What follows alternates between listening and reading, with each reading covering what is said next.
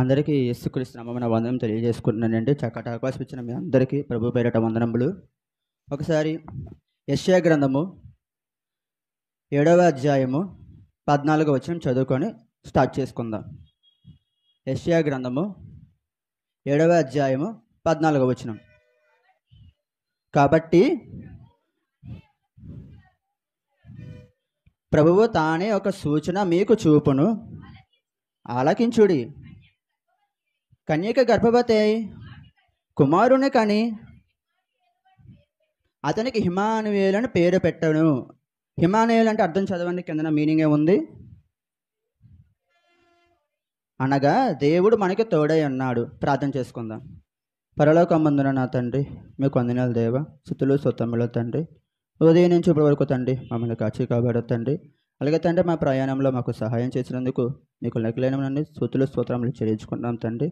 అలాగే తండ్రి ఉదయం ఆరాధన సండే స్కూల్లో తండ్రి మాకు సహాయం చేసినందుకు మీకు వందనం తెలియజేసుకున్నాను. అలాగే ఇప్పుడు మిమ్మల్ని ఆరాధించుకునే అవకాశాన్ని మాకు మరోసారి ఛాన్స్ ఇచ్చినందుకు మీకు వందనం తెలియజేసుకున్నాం తండ్రి. పాటల ద్వారా ఇప్పుడు దాకా మిమ్మల్ని ఆరాధించుకున్నాం. ఇప్పుడు వాక్యం ద్వారా మీరు మాకు ఏమి బోధిస్తున్నారో ఆత్మీయహారానిగా స్వీకరిస్తున్నాం తండ్రి. చెబుతున్నా నాకు తండ్రి ఎటువంటి భయము లేకుండా, అలాగే టెన్షన్ పడకుండా కూల్గా డీల్ చేసే శక్తిని మనం కోరుకుంటున్నాం తండ్రి. అలాగే తండ్రి వింటున్న మీ పిల్లలందరికీ తండ్రి విని విడిచిపెట్టేవారే కాకుండా ఇది మా ఆత్మీయాహారం అని తీసుకొని అదృష్టాన్ని దయచేయమని కోరుకుంటూ మా ప్రభు రక్షకుడైన యేసుక్రీస్తు అడిగి అడుగుతున్నామా తండ్రి. ఆమెన్. ప్రభువా, ప్రియమైన వాళ్ళారా, ఈరోజు నేను చెప్పబోతున్న సబ్జెక్ట్ ఏంటంటే యేసుక్రీస్తు ప్రభువు దేవుడా కాదా. మరోసారి చెబుతున్నానండి, యేసుక్రీస్తు ప్రభువు దేవుడా కాదా. అదేంటి ఈ ప్రశ్న వెరైటీగా ఉంది, అసలు సబ్జెక్ట్ వెరైటీగా చెప్తున్నాడు ఏంటి, యేసుక్రీస్తు దేవుడు కాకపోతే మనం ఎందుకు ఆరాధిస్తాము అని డౌట్ మీకు రావచ్చు. ఈ సబ్జెక్ట్ మన BYUలో కూడా ఉంది అండి. ఏంటంటే రీసెంట్గా అంటే పాతలో అంటే అప్ టు 2012 వరకు 2014 వరకు అయితే కనుక తండ్రి కుమార పరిశుద్ధాత్మ ముగ్గురా ఒకరని ఇది పార్ట్ 2లో పెట్టారు. ఇది పార్ట్ 1 అది పెట్టి పార్ట్ 2లో ఇది పెట్టారు. అయితే ఇప్పుడు నేను పార్ట్ 2 చెబుతున్నాను. పార్ట్ 1 మీకు తెలిసిందే కాబట్టి ఇప్పుడైతే కనుక త్రివేకమ ఏకత్వం అని పెట్టారు. ఇప్పుడు టాపిక్ అయితే కనుక అప్పుడు అంటే అదే సబ్జెక్ట్ కానీ కొంచెం లెంత్ కాకుండా షార్ట్ కట్ చేసేసారు. ఇప్పుడు మీకు పార్ట్ 2 చెబుతున్నాను. ఏంటంటే యేసుక్రీస్తు ప్రభువు దేవుడా కాదా అనేది మీకు తెలియజేస్తున్నాను. ఈ ప్రశ్న మీకు వెరైటీగా డౌట్ రావచ్చు. అదేంటి యేసుక్రీస్తు వారు దేవుడు కాకపోతే మనం ఎందుకు ఆరాధిస్తాము, మనకి పని లేదా పాటు లేదా మనకి బుర్ర లేదా అని మీకు డౌట్ రావచ్చు. పోనీ అంటే ఇప్పుడు ఏం జరుగుతుందంటే ప్రియమైన వాళ్ళారా, ఇప్పుడు బాగా ట్రెండింగ్ ఏంటంటే ఇప్పుడు సోషల్ మీడియాలో మీరు చూస్తే కనుక చాలామంది మనం అడిగే క్వశ్చన్లు ఏంటంటే మన సువార్తకి వెళ్ళినా సరే యేసు ప్రభు గారు ఈయన ఎక్కడ దేవుడు అని చెప్పుకున్నాడా, మీరు ఆరాధించే దేవుడు యెహోవా దేవుడు కదా, మరి యేసుక్రీస్తు ఎందుకు అంటున్నారు, మనం ఎందుకు యేసుక్రీస్తుని ఆరాధిస్తున్నాము, పోనీ యేసుక్రీస్తు బైబిల్లో ఎక్కడి నుంచి నేను దేవుడు నన్ను ఆరాధించని చెప్పాడా అని మీకు డౌట్ రావచ్చు. పోనీ యేసుక్రీస్తు గురించి పాత నిబంధనలు ఉందా లేదా అని మీకు ఇంకా డౌట్ రాస్తే కనుక అందుకే మీకు ఒక రిఫరెన్స్ పెట్టి స్టార్ట్ చేశాను. ఒకసారి చదవండమ్మా. యెషయా గ్రంథము 7:14 చదవండమ్మా. కాబట్టి ప్రభువు తానే ఒక సూచన మీకు చూపును, ఆలకించుడి. కన్యక గర్భవతి కుమారుని కని అతనికి హిమాలయ అని పేరు పెట్టాను. హిమాలయాలు అంటే అర్థం ఏమిటి, కింద మీనింగ్ ఏమి ఇచ్చారు అనగా దేవుడు మనకు తోడై ఉన్నాడు. ఓకే, ఇక్కడ వరకు బాగానే ఉంది. ఇక్కడ ఎవరి గురించి చెప్పబడిందంటే యేసుక్రీస్తు వారి గురించి చెప్పబడింది. ఏంటి, కన్యక గర్భవతి కుమారుని కని అనే మాట ఉంది కదా, అసలు కన్యక గర్భం దాచగలదా మీకు డౌట్ రావచ్చు. అసలు కన్యక గర్భం దాచడం ఏంటి, ఇప్పుడు ఎవరికి స్త్రీ పురుషులకు వివాహం జరిగిన తర్వాత పిల్లల కంటే అది చాలా అందంగా ఉంటుంది. కానీ పెళ్లికి ముందు గర్భం వస్తే చాలామంది మీనింగ్లు మారిపోతాయి కదా అక్కడ. కానీ కన్యక ఎందుకు దేవుడు ఎంచుకున్నాడో తెలుసా, ఒక్కసారి మీ దగ్గర బైబిల్ ఉంది కాబట్టి ఆదికాండము 3వ అధ్యాయం తీయండి. దేవుడు ప్రణాళిక ఏంటంటే ఆదికాండము 3వ అధ్యాయం తీయండి. మీరు ఎప్పుడు చదివిన మాట చాలా సింపుల్గా ఉంటుంది, ఎక్కువ కూడా చెప్పను, నేను త్వరగా ముగించేస్తాను, షార్ట్కట్లో మీకు చెప్తాను. ఆదికాండము 3వ అధ్యాయం 15వ వచనం చదవండి. మరియు నీకును స్త్రీకిని నీ సంతానమునకు ఆమె సంతానమునకు వైరమును కలుగజేసేదును అని నిన్ను తల మీద కొట్టెను, నువ్వు దాన్ని మడవ మీద కొట్టుదామని. ఇక్కడ పై చదవండి ఒకసారి. నీకును స్త్రీ సంతానమునకు వైరము కలుగజేస్తానన్నాడు. అదేంటి, మనం పురుష సంతానం కదా, స్త్రీ సంతానం ఏంటి, ఇప్పుడు నా పేరు రేవంత్ అండి, సన్ ఆఫ్ మా నాన్నగారి పేరు ప్రసాద్, బాగుంది. కానీ ఇక్కడ ఏంటి స్త్రీ సంతానం అని చెప్పాడు. అక్కడ స్త్రీ సంతానం అంటే తండ్రి లేకుండా పుట్టడము. మరి తండ్రి లేకుండా పుట్టడం అనేది ఏంటంటే ఇప్పుడు అక్కడ జరిగిన సిచ్యువేషన్ ఏంటి? అక్కడ ఏం జరిగింది? అపవాది వచ్చి హవ్వను ఆదమును మోసం చేశాడు అక్కడ. కానీ దేవుడు ఏంటంటే, ఓకే, లోకంలో పాపం పుట్టింది కాబట్టి ఈ పాపాన్ని అంతం చేసి ఒక పవిత్రుడు రావాలి. ఆ పవిత్రుడైన వాడు ఎలాగుండాలి? స్త్రీ ద్వారా రావాలి తప్ప పురుషుడి ద్వారా రాకూడదు. ఆ పురుషుడి ద్వారా ఎవరై ఉండాలంటే యేసుక్రీస్తు వారు ఉండారు. కాబట్టి ముందుగానే దేవుడు తన సంకల్పాన్ని ఇక్కడ నెరవేర్చాడు. ఎవరి గురించి? యేసుక్రీస్తు గురించి ఇక్కడ రాసి యెషయా గ్రంథంలోకి వెళ్ళింది. అదే యెషయా గ్రంథంలోని 9వ అధ్యాయం తీయండమ్మా. అదే యెషయా గ్రంథం 9వ అధ్యాయం 6వ వచనం చదవండి ఒకసారి. ఏలయనగా మనకు శిశువు పుట్టెను, మనకు కుమారుడు అనుగ్రహింపబడెను, ఆయన భుజము మీద రాజ్యభారం ఉండెను, ఆశ్చర్యకరుడు, ఆలోచనకర్త, బలవంతుడైన దేవుడు. ఇది అండర్లైన్ చేసుకున్నామా? ఈ పాట అండర్లైన్ చేసుకోండి. రేపు పొద్దున మిమ్మల్ని ఎవరైనా సరే సువార్తకి వెళ్ళినప్పుడు కానీ, లేదా మీ సోషల్ మీడియాలో మీకు ఇన్స్టాగ్రామ్, వాట్సాప్, ఫేస్బుక్ ఉన్నప్పుడు ఎవరైనా సరే మీరు వాక్యం పెట్టేటప్పుడు మిమ్మల్ని ఎవరైనా వేసినప్పుడు నేను దేవుడని చెప్పుకున్నాడా అడిగేవాడికి ఈ రెఫరెన్స్ పెట్టండి. ఎందుకంటే ఇక్కడ క్లియర్గా ఉంది. యేసుక్రీస్తు గురించి పాత నిబంధనలోనే క్లియర్గా దొరికింది. కొత్త నిబంధన అనేది యేసుక్రీస్తు వచ్చిన తర్వాత మనకు తెలిసిందే. కానీ మనకి పాత నిబంధనలో కూడా మనకు తెలియాలి కదా యేసుక్రీస్తు గురించి ఉందా లేదా అనేది. అసలు యేసుక్రీస్తు మ్యాటర్ అనేది ఉందా తెలియని ఎందుకే ఇక్కడ చెప్పాడు ఏమని? ఆశ్చర్యకరుడు, ఆలోచనకర్త, బలవంతుడైన దేవుడు, నిత్యుడగు తండ్రి, సమాధానకర్తయగు అధిపతి అని పేరు పెట్టడను. నిత్యుడగు తండ్రి, సమాధానకర్తయగు తండ్రి అని అధిపతి అని పేరు పెట్టండి. ఇది మొదలుకొని మితి లేకుండా క్షమగుడ్డి మీకు కలిగినట్లు సర్వకాలము దావీదు సింహాసన రాజ్యమును నియమించను. చూసారా? అంటే యేసుక్రీస్తు వారి గురించి ముందుగానే దేవుడు, అంటే యేసుక్రీస్తు దేవుడు అని యెషయా ప్రవక్త క్రీస్తుకు పూర్వం 1000 సంవత్సరాల క్రితమే రాసిన గ్రంథమే యెషయా గ్రంథం. ఈ యెషయా గ్రంథంలోనే మనకు 2 సార్లు చెప్పారు. ఏమని? ఒకటి 7వ అధ్యాయంలో చెప్పాడు, 2 9వ అధ్యాయంలో చెప్పాడు. ఏమని? కన్యక గర్భవతి అవుతుందని చెప్పారు. ఎప్పుడో ఆది కాండంలో అయిపోయిన దానికి యెషయా గారికి లింక్ ఏంటో మనకు అర్థం చేసుకోవాలి. ఇక్కడ ఎప్పుడో ఆది కాండంలో రాసింది మోషే గారు, ఇప్పుడు రాసింది యెషయా గారు. అప్పటికి ఆయన ఉన్నారు, ఇప్పటికి ఈయన ఉన్నారు. ఈ టైంకి అతను లేరు, ఆ టైంకి ఇతను లేరు. మరి ఎలా చెప్పారు అంటే మనకేమర్థమవుతుంది? పరిశుద్ధాత్మ దేవుని శక్తి వలన రాయబడిన గ్రంథం ఏంటంటే బైబిలే. దీనిలోనే ఆయన చెప్పిన మాటలు ఏమిటంటే యేసుక్రీస్తు దేవుడు అని క్లియర్గా చెప్పారు. ఇప్పుడు మీకు ఇంకా డౌట్ వస్తాయి కనుక ఇది ఇప్పుడు మనకు కొత్త నిబంధనలోకి వెళ్దాం. మత్తయి సువార్త 1వ అధ్యాయం తీయండమ్మా. మత్తయి సువార్త 1వ అధ్యాయము 21 నుంచి 22 వరకు చదవండి. చదవండమ్మా. ఆమె ఒక కుమారుని కనెను, తన ప్రజలను వారి పాపము నుండి ఆయనే రక్షించను గనుక ఆయనకి యేసు అని పేరు పెట్టబడిన. ఇక్కడ ఆగండి ఒకసారి. ఇక్కడ ఏముంది? యేసుక్రీస్తు యొక్క పుట్టుక గురించి గాబ్రియల్ దూత ఎవరికి చెప్పింది? మరియమ్మకు చెప్పింది. ఓకే, ఏమని? ఆమె ఒక కుమారుని కనెను, అమ్మా నువ్వు ఒక కొడుకును కంటావు, అతనికి యేసు అని పేరు పెడతావు, ఆయనే మానవ పాపాల నిమిత్తం మరణిస్తాడు. కింద చదవండి, కింద ఏముంది? ఇదిగో కన్యక గర్భవతి కుమారుని కనెను, ఆయనకు ఇమ్మానుయేలు పేరు పెట్టను అని ప్రభువు ప్రవక్త ద్వారా పలికిన మాట నెరవేరినట్లు ఇదంతయు జరిగెను.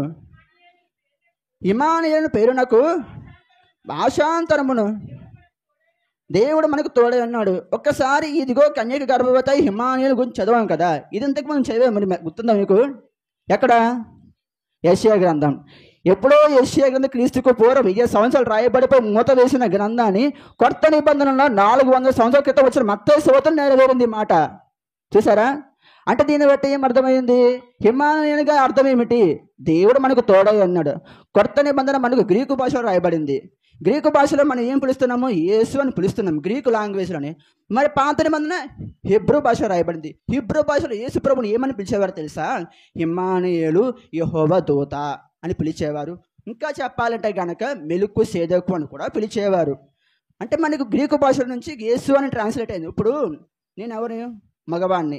ఇంగ్లీష్లో బాయ్ అంటారు, మరి హిందీలో పురుష అంటారు. మరి అన్ని మీనింగ్ అంటే అన్ని లాంగ్వేజ్లో మీనింగ్ ఒకటే వస్తుంది కదా. ఇప్పుడు ఈమె ఎవరు? గర్ల్. ఇంగ్లీష్లో తెలుగులో అమ్మాయి. మరి ఒకే మీనింగ్ వచ్చింది కదా. ఇప్పుడు ఈయన ఎవరు? మ్యాన్. తెలుగులో ఏమంటారు? పురుషుడు. ఒకే అర్థం వచ్చింది కదా. భాష మారిన అర్థం మారలేదు. మీరు గమనించారా? భాష మారిన అర్థం మారినప్పుడు మన ఇక్కడే క్లియర్గా అర్థమైపోయింది కదా. ఎన్ని భాషలో పిలిచినా యేసుక్రీస్తు దేవుడే అని క్లియర్గా దొరికింది. మరి మీరు ఇంకా నమ్మకపోతాయి కనుక మీకు చాలా రిఫరెన్స్లు దొరుకుతాయి. కానీ ఒక్కసారి అదే ఏంటి మత్తయి సువార్త 5వ అధ్యాయము 11వ వచనం చదవండి. నా నిమిత్తము జనులు మిమ్ములను నిందించి హింసించి మీ మీద అబద్ధము చెడ్డ మాటలు పడినప్పుడల్లా మీరు ధన్యులు. చూసారు, ఇక్కడ ఎవరి నిమిత్తం మనం శ్రమలు పడుతున్నాము? ఎవరి నిమిత్తం మనం ఇక్కడ తిట్లు కాస్తున్నాము? ఎవరి నిమిత్తం మనం సువార్తకు బయలుదేరుతున్నాము? చెప్పండి. అంటే యేసుక్రీస్తు ప్రకటిస్తున్నామంటే ఆయన ఎవరు? దేవుడే కదా. మరి దేవుడు కాబట్టి ప్రకటిస్తామా? ఇప్పుడు ఆ బైబిల్ ఏం చెబుతుంది? దేవుని కానివాడిని పూజించదు అని చెబుతుంది. మనకు ఆ పదాజ్ఞలు తెలుసు కదా. మరి యేసుక్రీస్తు దేవుడై ఉన్నాడు కదా మనం ఆరాధిస్తున్నప్పుడు. దీన్ని బట్టి ఏం అర్థమైంది? మనం ఎవరి నిమిత్తం శ్రమలు పడుతున్నాము? క్రీస్తు నిమిత్తం శ్రమలు పడుతున్నాం. మరి క్రీస్తు యేసు ఎవరు? దేవుడు కదా. మరి దీన్ని బట్టి మనకు అర్థమవలసిన విషయం ఏమిటంటే యేసుక్రీస్తు దేవుడు అని మనకు క్లియర్గా అర్థమవుతుంది. అదే ఒకసారి యెషయా గ్రంథానికి వెళ్దాం. యెషయా గ్రంథము 53వ అధ్యాయము తీయండమ్మా. యెషయా గ్రంథము 53వ అధ్యాయము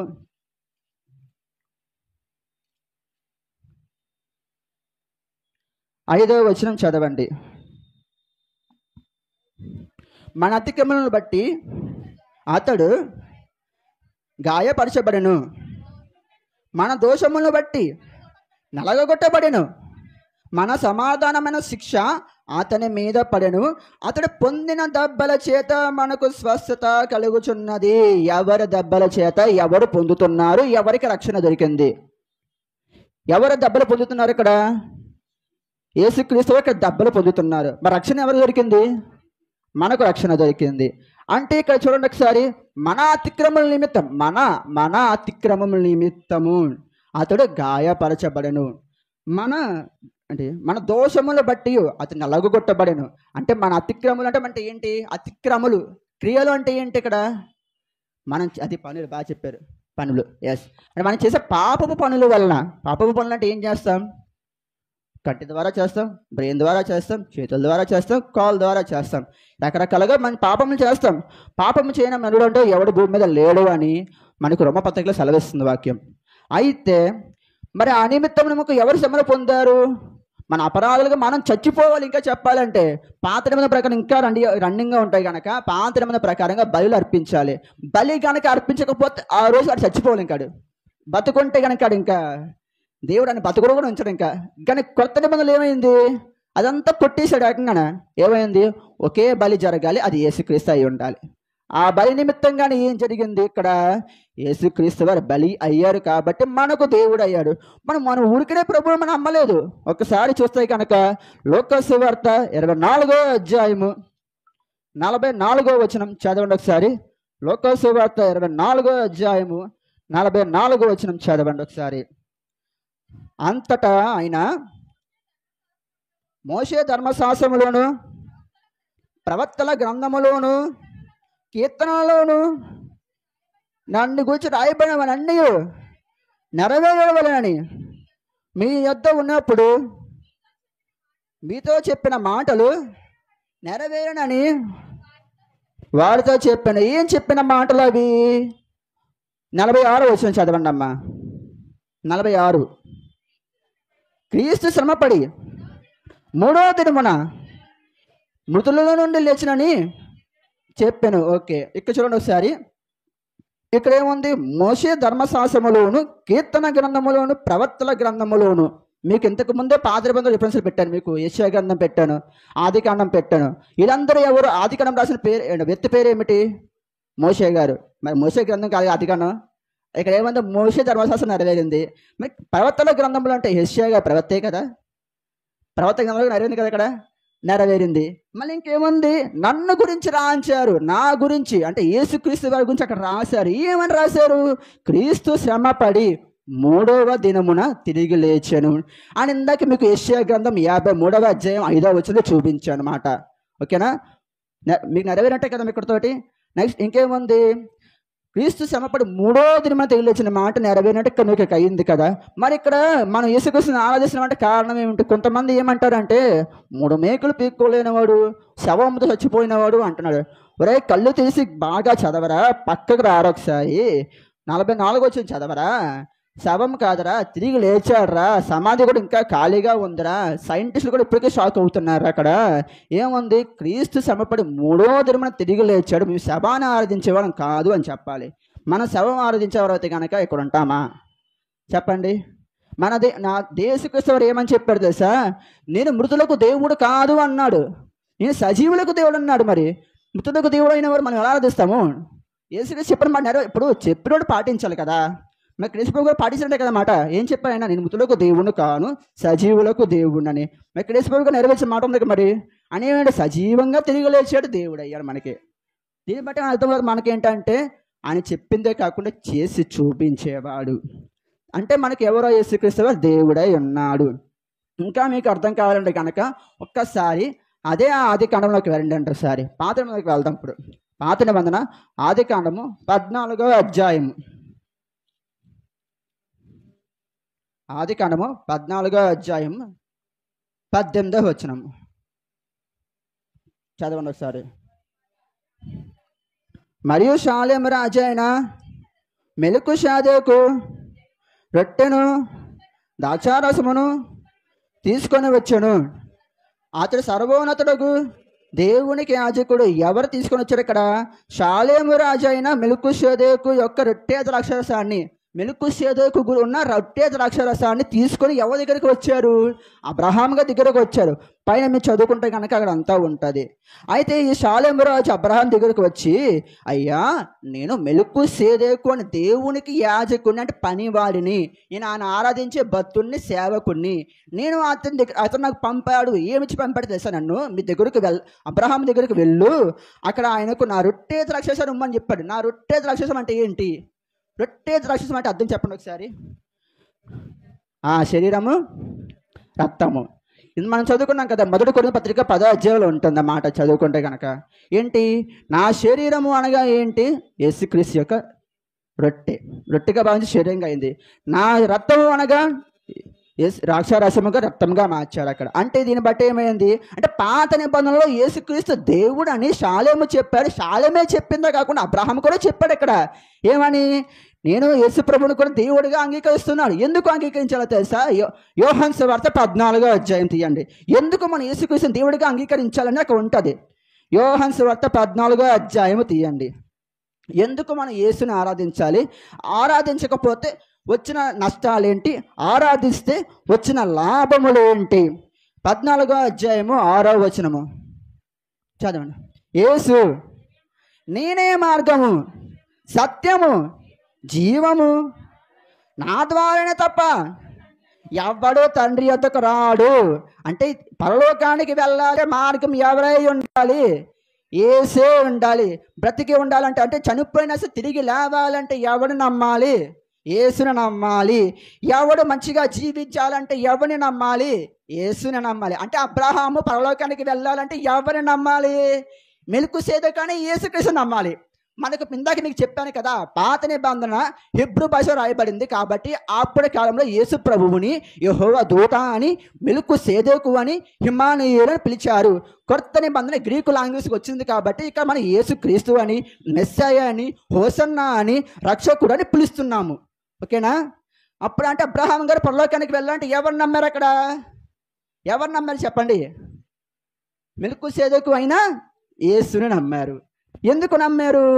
పరలోకానికి వెళ్ళాలంటే మార్గం ఎవరమ్మా అంటే యేసుక్రీస్తు వారే కదా. అందుకే అదే యోహాను సువార్తలో ఒక మాట ఉంటుంది, ఏం తెలుసా? అబ్రహాము నా దినాన్ని చూడాలని ఆశపడ్డాడు, కానీ చూడక మరణించాడు. అదేంటి? మరి షాలేము రాజు వచ్చాడు అంటే షాలేము ఒక మనిషి వచ్చాడు అంతే. ఇక్కడ ఇప్పుడు చిరంజీవి గారు ఒక వ్యక్తి ఉన్నారు ఇక్కడ. ఈయన మనిషిని చూశాను, ఆయన సంఘానికి వచ్చాను, కానీ సంఘంలో ఉన్నది ఎవరు? యేసుప్రభువుని చూడని ఆశతో నేను వచ్చాను. నేను పిలిచింది ఎవరు? చిరంజీవి గారు. నేను వచ్చిన ఆశ ఎవరితో వచ్చాను? నేను దేవుడి కోసం వచ్చాను. అంటే ఇక్కడ ఏమున్నట్టు? దేవుని పిల్లల మధ్యన దేవుడు ఉన్నాడు. అందుకే మత్తయి సువార్తలోనే ఒక మంచి వాక్యం ఉంటుంది, ఏంటది సార్? 2-3 ఎక్కడ కూడుకుంటారు అక్కడ దేవుడు ఉంటాడు మాట ఉంటుంది. అంటే ఇక్కడ ఎవరున్నట్లెక్క? దేవుడు ఉన్నాడు. ఆ దేవుడు ఎవరు? యేసుక్రీస్తు ఉన్నాడు. అందుకే ఇక్కడ ఎవరుంది? యేసుక్రీస్తుని చూడడానికి నేను వచ్చాను. నన్ను పిలిచింది ఎవరు? షాలేము ప్లేస్లో చిరంజీవి గారు పిలిచాను నన్ను. బ్రదరు ఇలా వాక్యం చెప్పడానికి రా అని పిలిచాను నన్ను. అంటే దీన్ని బట్టి ఏం అర్థమైంది? కానీ అబ్రహాం గారు ఆశపడిన విషయం ఏంటి? ప్రభుని చూడాలని. ఇక్కడ సిచ్యువేషన్ ఏంటి? షాలేము రాజు వచ్చాడు. అంటే దీన్ని బట్టి అర్థమైంది ఏంటంటే అబ్రహాము కూడా ఆ దినాన్ని కోసం ఆశపడ్డారు కాబట్టి, కానీ ఆయన వల్ల కాలేకపోయినా సరే ఆయన చూచారు. అలాగే యేసుక్రీస్తు వాడు ఎక్కడైనా సరే నేను దేవుడు అని చెప్పుకున్నాడా, చెప్పుకుంటే ప్రూఫ్ ఏంటి అని అడిగేవారు కూడా ఇంకా మీకు డౌట్ ఉంటాయి కనుక మార్కు సువార్త తీయండి. మార్కు సువార్త 2వ అధ్యాయము 5వ వచనం చదవండి. క్షమించండి అమ్మా, 10వ వచనం చూసండి. ఇంకా అందుకు మొత్తం లెంత లాక్కోవడం. 10వ వచనం చదవండి. ఇక్కడ అయితే పాపమును క్షమించుటకు భూమి మీద మనుష్య కుమారునికి అధికారం కలదని మీరు తెలుసు. భూమి మీద అధికారం కలదని మీరు తెలుసుకోవాలని వారితో చెప్పి ఇక ఆగండి సార్.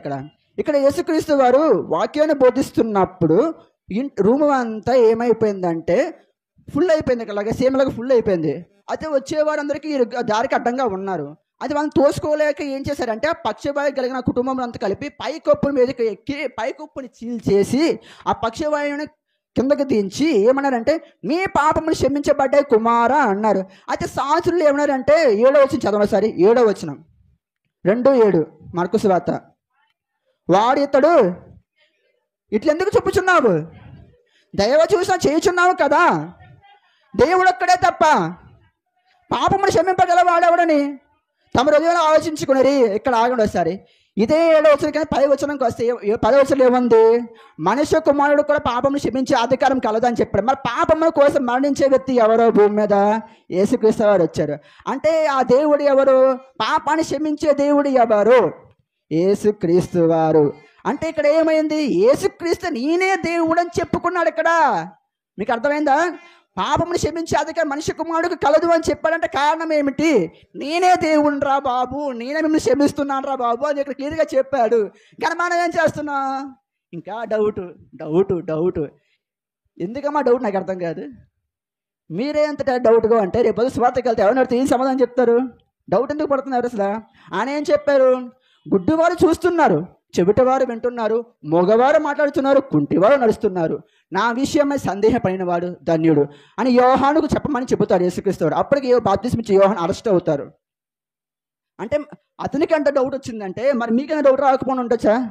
కానీ ఇంత క్లియర్గా చెప్పినా సరే మీకు ఇంకా డౌట్ ఉంటాయి కనుక ఇంకా లాస్ట్గా ఒక మాట చెప్పి ఇంకా క్లోజ్ చేస్తాను. ప్రకటన గ్రంథము 1వ అధ్యాయము 8వ వచనం చదవండి ఒకసారి.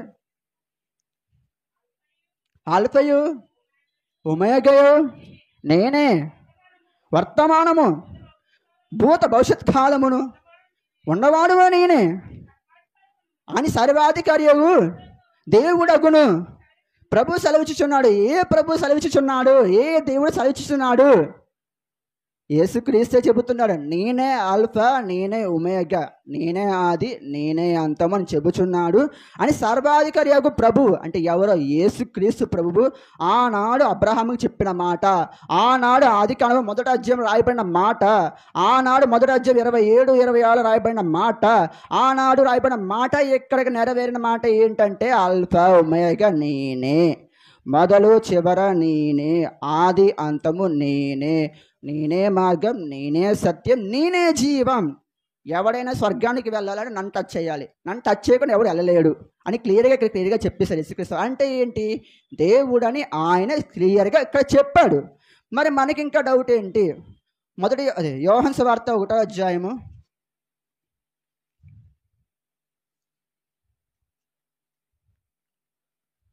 చదవండి ఒకసారి మొదటి నుంచి.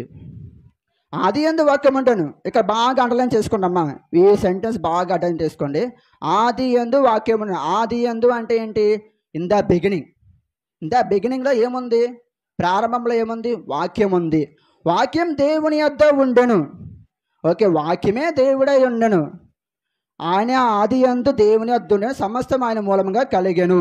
ఇక్కడ ఏమైంది? వాక్యమే దేవుడు అని చెబుతున్నాడు. ఆ వాక్యమే దేవుడు ఎవరు అంటే 14వ వచనం చూడండి సరే. 14వ వచనం. ఆ వాక్యమే శరీరధారే కృపా సత్య సంపూర్ణకు మన మధ్య నివసించడం, తండ్రి వలన కలిగిన అద్వితీయ కుమారుడు మహిమ వలన మనం ఆయన మహిమను కనుగొంటిమి. ఎవరు ఆ వాక్యం ఏ రూపంలో వచ్చింది? ఆ వాక్యం ఎవరి రూపంలో వచ్చింది చెప్పండి? యేసుక్రీస్తు రూపంలో వచ్చింది. అంటే దేవుడే అయ్యుండి తనకు తానుగా తగ్గించుకొని భూమి మీదకి వచ్చాడు. ఏమని? ఆ దేవుని లెక్కలో కాకుండా మనిషి కుమారుడు వచ్చింది పరిచారం చేయుటకి తప్ప పరిచారం చేయించుటకై రాలేదు. పరిచారం చేయుటకు అంటే సేవ చేయడానికి వచ్చాను తప్ప నాకు సేవ చేయడానికి రాలేదు. అంటే దీన్ని బట్టి ఏమర్థమైంది? మనము దేవుడని ఎవరు నమ్ముతున్నాము? యేసుక్రీస్తు అని క్లియర్గా ఇక్కడ చెబుతున్న మాట కూడా మనం ఇంకా డౌట్ పడుతున్నాము. ఒకసారి హెబ్రీ పత్రిక 7వ అధ్యాయం 2వ వచనం. అయిపోయింది 7వ అధ్యాయం 2వ వచనం చదవండి ఒకసారి. రాజులను సంహారం చేసి తిరిగి వచ్చినప్పుడు అబ్రహాము ఎవరైనా కలుసుకొని అతను ఆశీర్వదించిన ఒకని అబ్రహాము అన్నిట 10వ వంతు ఇచ్చిన ఆ షాలేము రాజైన మహోన్నతుడగు దేవుని యాజకుడైన మెల్కీషెదెకు. అదవుతుందా? మహిమాతులకు దేవుని యాజకుడైన మెల్కీషెదెకు అని ఉంది. చూసారు అంటే ఏంటి? ఇందాక మీకు ఆదికాలంలో చూపించాను కదా మెల్కీషెదెకు గురించి, షాలేము రాజు రొట్టె రాక్షసుని గురించి. అది ఎక్కడ అంటే అక్కడెక్కడో అబ్రహాం అంటే ఆనాడు అబ్రహాం కాలంలో యేసుక్రీస్తు మెల్కీషెదెకుగా పిలిచారు కాబట్టి మెల్కీషెదెకు అక్కడ రాశారు. కానీ అదే మెల్కీషెదెకు ఎవరంటే ఏలయనగా మెల్కీషెదెకు అతని పితరులకు కలుసుకున్నప్పుడు లేవి తన పితరుల గర్భంలో ఉండేను. అంటే ఈయన యేసుక్రీస్తు అని క్లియర్గా చెప్పబడిన మాట ఇక్కడ మనకు నెరవేరుతున్న మాట ఇది. అంటే మనకు ఎవరు దేవుడై ఉన్నాడు? యేసుక్రీస్తు దేవుడై ఉన్నాడు. మరి మనం ఎవరిని ఆరాధించాలి? యేసుక్రీస్తుని ఆరాధించాలి. ఎవరంటే తండ్రి అయిన దేవుని ఆరాధించడకు ఎవరైనా ఉన్నాడు అంటే ఒక యేసుక్రీస్తే ఉన్నాడు. అందుకే అదే యోహాను సువార్త 14వ అధ్యాయంలోని ఏముంటుందంటే నా నామము నిమిత్తం మీరు ఏమడిగినా సరే మీకు దయ చూపనని అంటాడు. యోహాను సువార్త 14వ అధ్యాయం తీయనమ్మా.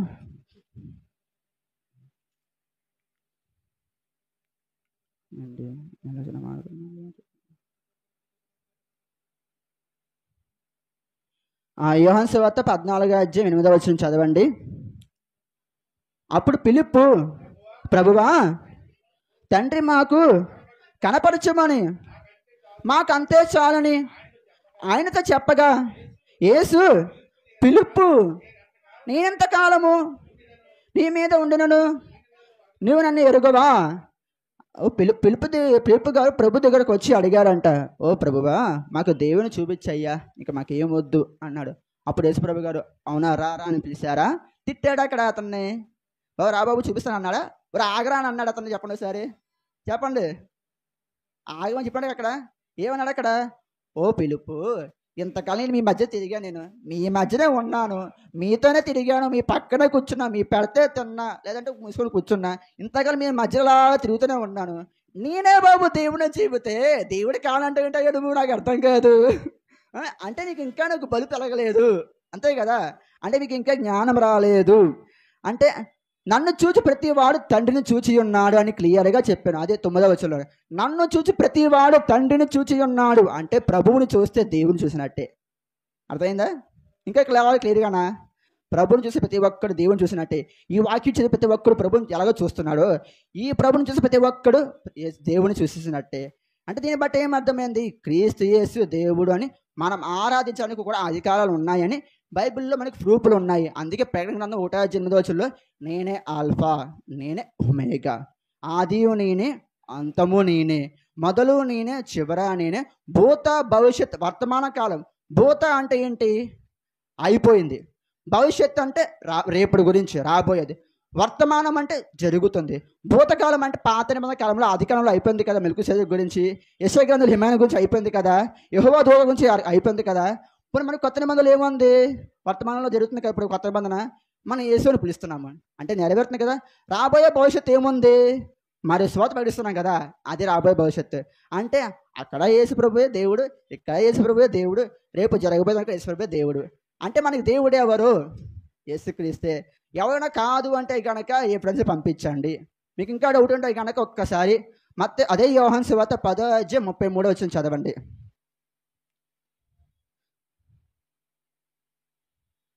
33 వచనం చదవండి. అందుకు యూదులు నువ్వు మనుషుడివై ఉండి దేవుడు అని చెప్పుకొనిచున్నావు, గనుక దేవదూషణ చేసినందుకు నేను రాళ్ళతో కొట్టుతాము కానీ మంచి క్రియ చేసినందుకు కాదు. చూసారా, ఇక్కడ యేసుక్రీస్తు వారు ఏం చేశారు? అనేక మందికి స్వస్థత చేసి, అనేక మంది సేవ చేసి, అనేక మందికి కుంటివారికి, గుడ్డివారికి, మూగవారికి అన్నీ చేసిన తర్వాత ఆయన సూచక్రియలు పొందిన కళ్ళ ముందే పక్షవాయువులను బతికించినా సరే, అది లేపినా సరే దేవుడు అని చెప్పుకున్నందుకు కోపం వచ్చిందంట. అసలు చెప్పాలంటే అద్భుతకాలు చేసే దేవుడు అంటే పాత నిబంధనలోని దావీదు గారు ఏం చెప్పారు? అద్భుతకాలు చేసే దేవుడు ఎవరన్నాడు? ప్రభువు అని చెప్పాడు. ఆ ప్రభు ఎవరంటే కొత్త నిబంధనలు యేసుప్రభు చేసింది. మరి మనకి ఇంకా డౌట్ ఎందుకండి అంటే యూదులు సరిగ్గా దేవుణ్ణి ఆలోచించలేదు కదా. అంత జ్ఞానం వాళ్ళకుంటే ఆ హిమానీయులే యేసుప్రభు అని, ఆ యెహోవా దూతే యేసుప్రభు అని, ఆ మెల్కీసెదెకే యేసుప్రభు అని అర్థమైపోద్ది కదా. ఎందుకు అంత బాధ అంటే వాళ్ళు ఎవరు వాక్యాన్ని పైన చదివారు తప్ప డెప్త్లోకి వెళ్ళలేదు. ఇందాక మనం చెప్పుకున్నాక సామెతల గ్రంథం చదివాక మనం నరుని ఆలోచన ఎలాంటిది అంటే హృదయము లోతుగా ఉంటుంది, దాన్ని తవ్వాలి. తవ్వము, దాన్ని ఏం చేస్తాం? మనం పైన చూస్తాం తప్ప లోపల ఉన్న మ్యాటర్ మనం చదవం. అందుకే చదివితే కనుక ఏమవుతుంది? అందుకే ఏమన్నా అదే 30 వచ్చిన చదవండి సరే. అదే యోహాను సువార్త 10:30 వచ్చిన చదవండి. 30 వచనము 10:30. నేనును తండ్రియును ఏకమై ఉన్నామని వారితో చెప్పాను. నేను తండ్రి ఒకలాగంగానే ఉంటాము, ఇద్దరం ఒకే ప్రింట్.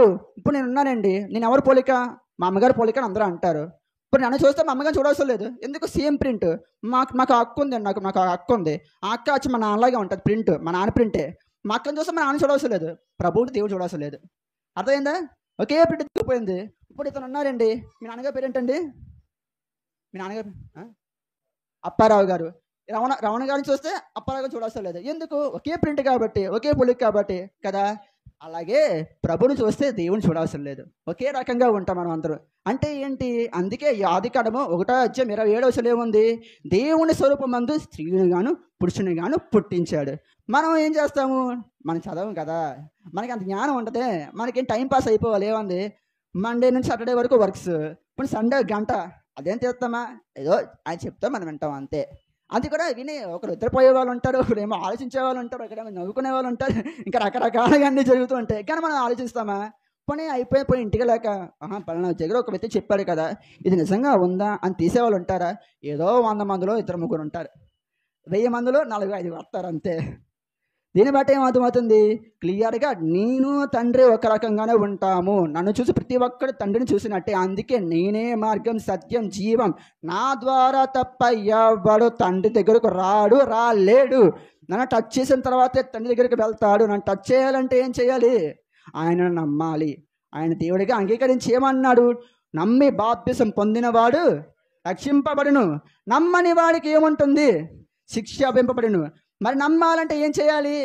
యేసుని రక్షకుడిగాను, దేవుడుగాను, ప్రభువుగాను అంగీకరించాలి. అంగీకరించలేని ప్రతి ఒక్కడు ఏమవుతుందో తెలుసా? శిక్షకు పాత్రుడవుతాడు. అందుకే అదే ఏముందంటే కొలసీ పత్రికలోని 2:2 కొలసీ పత్రిక 2:2 తీయండి ఒకసారి.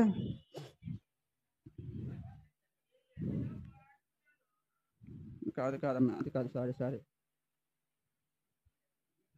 కాదు.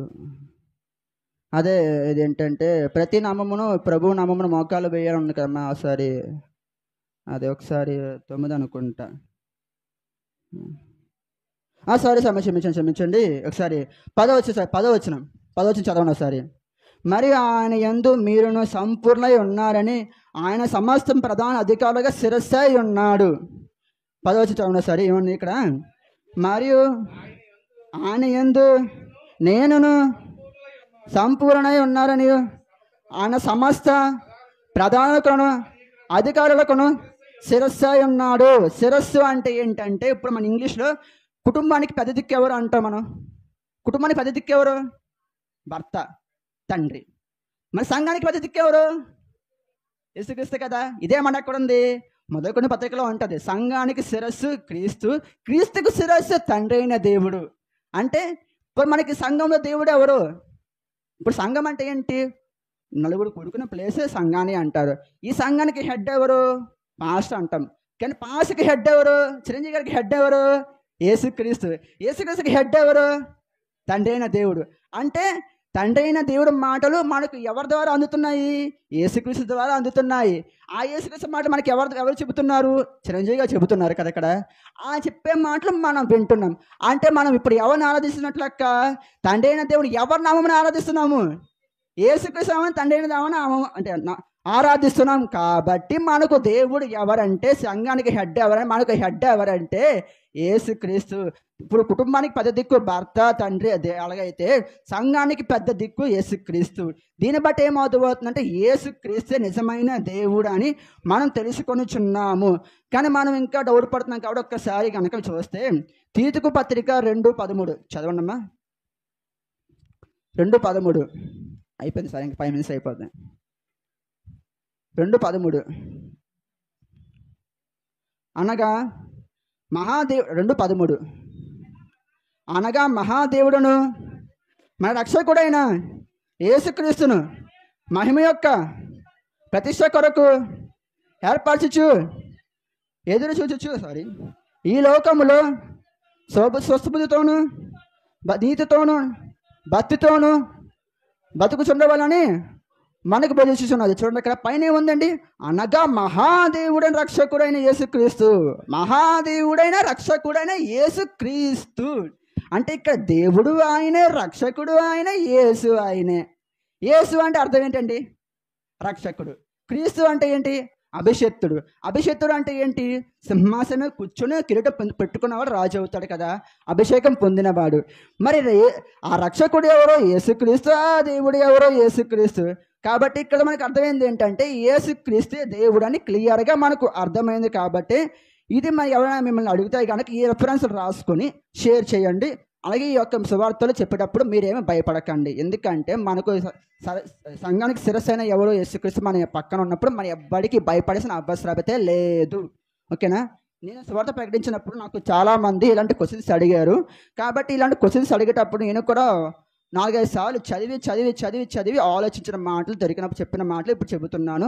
కాబట్టి ఇక్కడ క్లోజ్ చేస్తున్నాను. చక్కటి అవకాశం ఇచ్చిన అందరికీ యేసుక్రీస్తు నామమున వందనములు. Thank you.